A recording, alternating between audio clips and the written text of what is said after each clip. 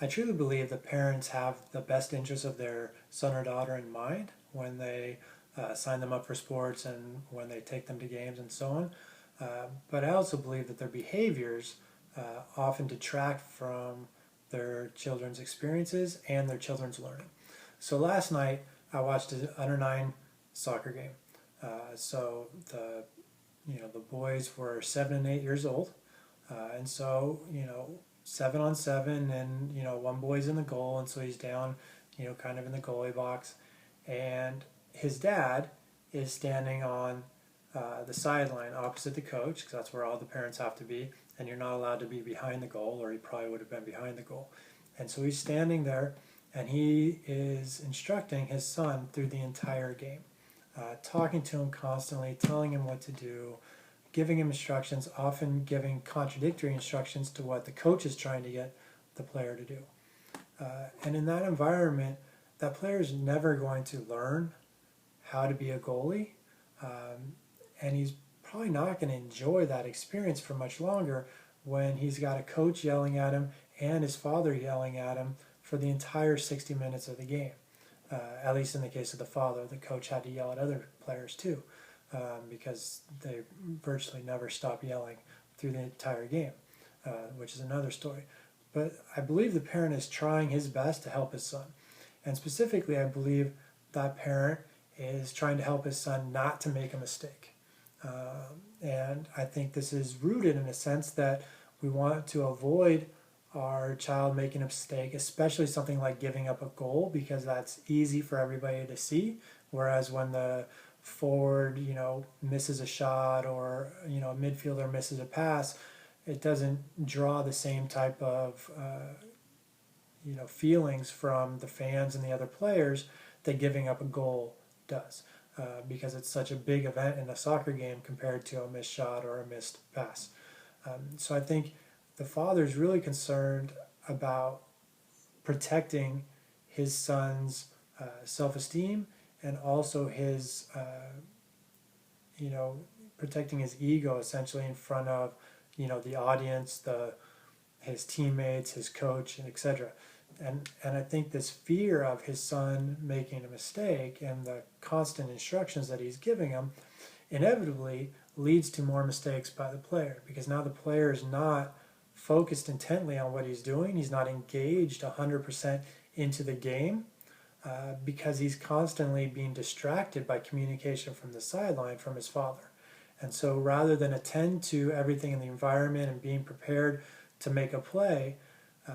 whatever that play might be, he's listening to his father and has to process those instructions, take direction, then decide what he's going to do, and then do it, rather than paying attention to what's going on in front of him and seeing what's happening and reacting accordingly.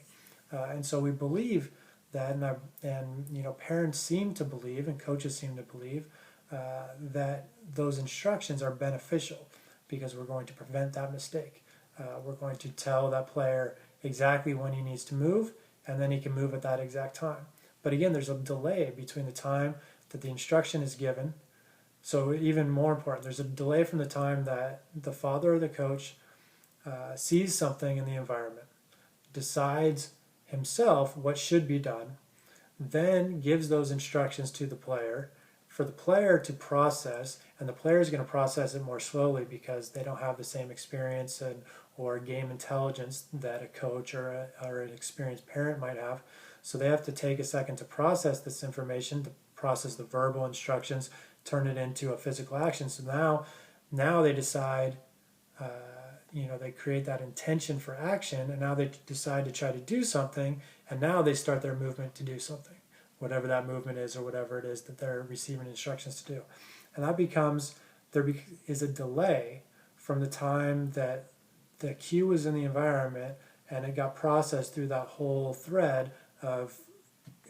coach or parent yelling, player understanding, player acting,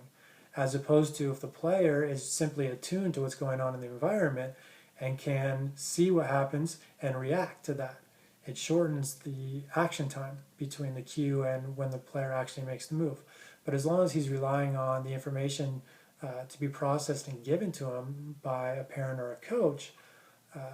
he's never going to develop that attention to the appropriate cues, the recognition of those cues, and then the action based on those cues, because he's constantly relying on his father or his coach to give him constant instructions and feedback to tell him what to do. And again, I think this is all starts from a place where the father is just concerned about his son, wants his son to improve, wants to help his son. But in reality, the best thing that that father can do to help his son is just to sit back, allow his son to play that game, clap for him if he makes a mistake, maybe give him some positive feedback about what happened, hey, that's okay, next play, keep his attention focused on the game, as opposed to distracting his attention to listening to those verbal instructions. Because those verbal instructions, while they may prevent one error, in a game right now, they're eventually going to lead to future errors because that player is not learning on his own. And eventually, maybe the dad misses a game, or maybe other parents are yelling and the son can't hear the dad, or the coach is telling him one thing and the parent is telling him another, and so he just freezes because he doesn't know which instructions to follow. So there's a bunch of different things that eventually could impact future performance. So the player needs to learn to be able to make these decisions on his own, to be able to read these cues, to be able to see things in the environment, determine his own actions. And when there's constant feedback from coaches or parents, that disrupts this learning process. And yes, it takes time. Yes, there's going to be mistakes that are made, but that's why players are playing. They're playing at a young age so that they can develop this experience. It's not just so that they can win the immediate game. And so as long as we take a more long-term view and allow players to learn, then we can reconsider our actions as parents and coaches and give them that space for them to do the learning. But when we take everything seriously on a moment-by-moment basis and try to prevent every single mistake, and consequently continue to give constant and immediate instruction and feedback, we disrupt that learning process, and we oftentimes make it a more stressful environment for the player, and a lot of times that leads to the player not wanting to play anymore, disengaging, dropping out, or just not learning because they've lacked the interest or they become disinterested in the game because of either the social pressure or the stress from getting the constant feedback, or just the stress of not feeling like they're in control of their own efforts because they're always relying on somebody else to tell them what to do.